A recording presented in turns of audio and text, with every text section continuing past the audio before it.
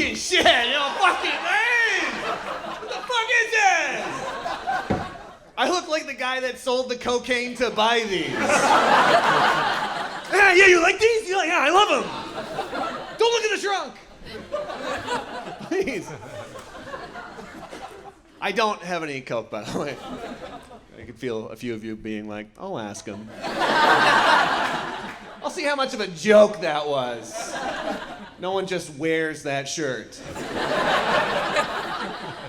First of all, the shirt's wearing me. We can agree with that.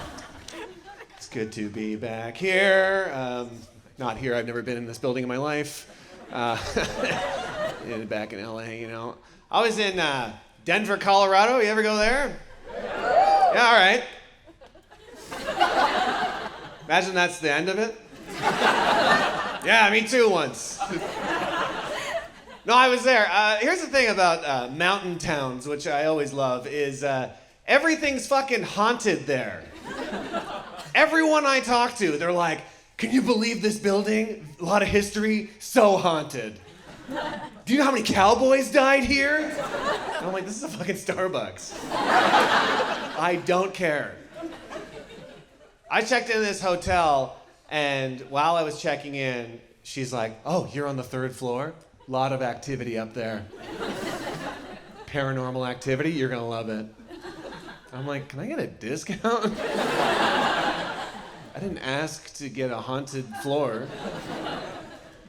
And also, she tried to sugarcoat it a little bit. I was like, I don't want a haunted floor. She's like, no. People that saw the ghost said it was just like a small boy ghost. Which my first thought is, I gotta shave this mustache. If that's the vibe I'm giving out. Like they saw me coming in and they're like, he's gonna love the little ghost boy floor. He's gonna love it up there. Put him on 3. Put him on 3. Just me strutting into the hotel. I told her too, I was like, here's the thing with ghosts is I don't believe in them. Right? I'm like everybody. I don't believe in ghosts when it's daytime and I'm around people.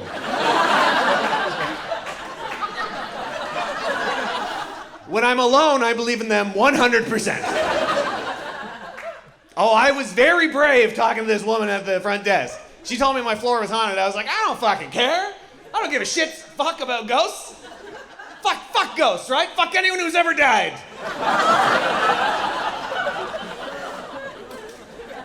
But then the second I got in the room alone, I was like, I shouldn't have said that. Why did I say that? Just tempting the ghost to show up and bother me. And here's the thing, I didn't want to see this little ghost boy. And this was my idea to not see the ghost, is anytime I was in the room alone, I would just loudly describe everything I was doing. Like loud, obnoxious, because ghosts, to be effective, you have to be like quiet, and they sneak up on you. You know what I mean? They whisper a curtain, or a candle flickers or something. So I'm like, I'll just be very loud, and it won't get a chance to do ghost things to me. So when I was in the room, I was like, oh, I guess I'm going to the bathroom now. I'm going to the bathroom. I'm going to wash my hands. I'm washing my hands. I'm washing my hands. Ah! Just so if the ghost boy was watching me, he'd be like, he's already freaking out. What more could I do? That was the laugh of an actual ghost. Did you hear that? It sounded like he squeezed it out of a giant bag.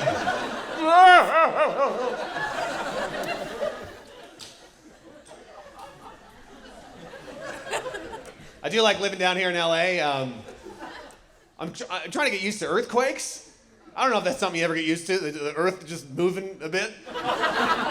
That's a bit much. Sometimes it's just like a and you're like, was that one?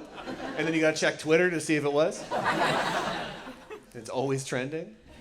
Here's the thing with earthquakes. There was an earthquake in my area a couple weeks ago. I was vacuuming while it was happening, and for a split second I thought my house was ticklish.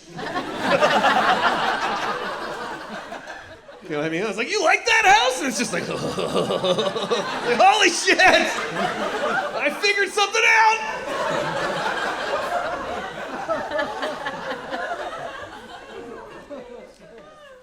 You gotta be kind of goofy for that bit, you know what I mean? I could see some of you being like, I don't think he thought it was ticklish. No, I don't think there's any truth in that. Sometimes jokes are just stupid, you know? That's what I miss about comedy. I feel like comedy's getting too, like, political. Like, everyone thinks stand-ups have to be, like, take a stand on something. I mean, it is in the name. But I just like to be goofy and stupid. I don't like to be political or anything. Like, I was at a show recently, and this guy came out to me before, and he goes, hey, you're a comedian? And I was like, yeah. And he said this exactly. He looks at me, he goes, you know, comedians are the last line of defense for free speech these days. I was like, I don't know about that. That's what you think? And he goes, oh, yeah. I was like, have you ever seen me before? And he goes, no. I can't wait to hear what you say up there. And I was like, all right. And then I went on stage and I did a joke about how I think coleslaw should be called milk salad.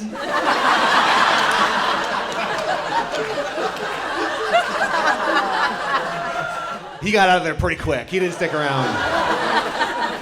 He didn't need to hear the rest of that coleslaw bit. You know what I mean? Like a creamy coleslaw?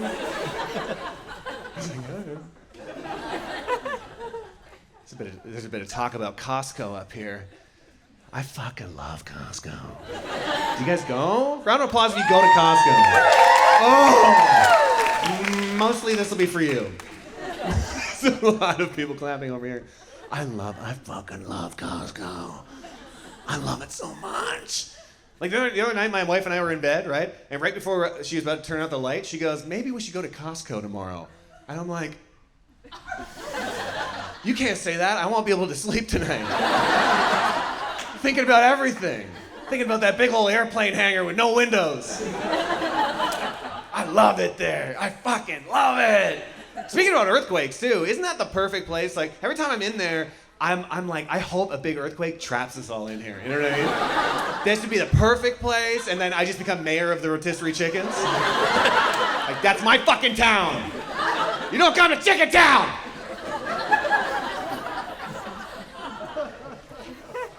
I love it. You have to, before you get in the building, you have to walk by the cheapest hot dog on the fucking planet.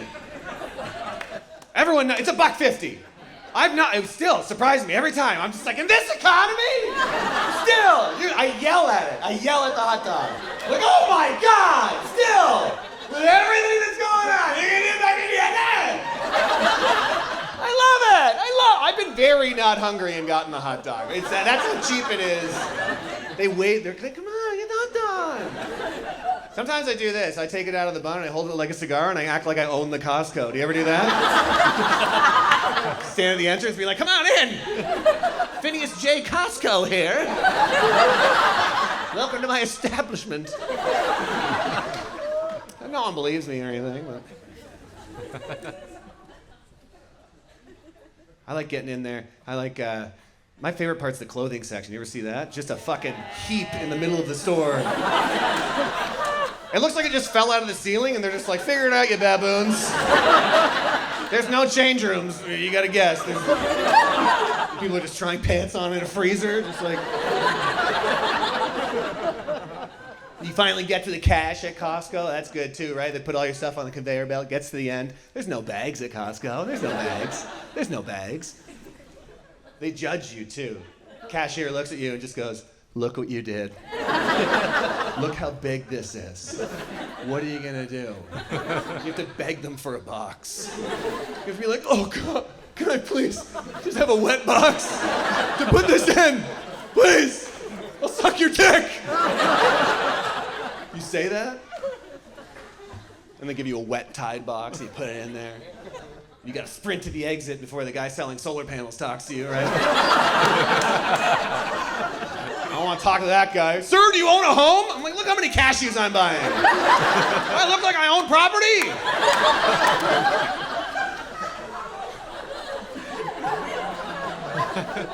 Then you get to the exit, and the oldest man you've ever seen has to look at your receipt for something.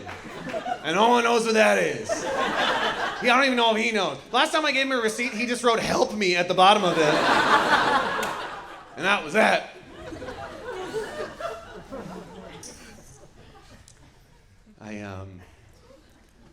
I did get a rescue dog as well recently. You guys ever rescue a dog?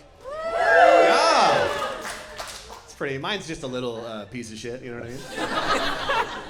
Just a little rescue. I didn't, not a big one. Here's what my dog is. It's three things. It's part Chihuahua, part wiener dog, part pug. Oh yeah, three of the strongest breeds you can get, all in one. I said, yeah, give me a dog that'll last like 15 minutes. Just a quick dog, just like the bird scooter of dogs. Just a quick ride, you know? She breathes.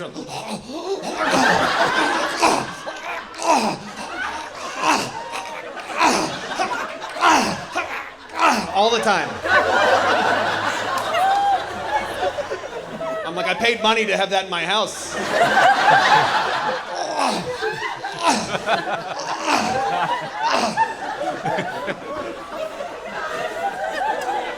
I took her to the vet. I thought she was dying. And the vet's like, no, that's just how she breathes. That's just her throat. She's got real tractor throat. He said, tractor throat? I'm like, are you a bad vet?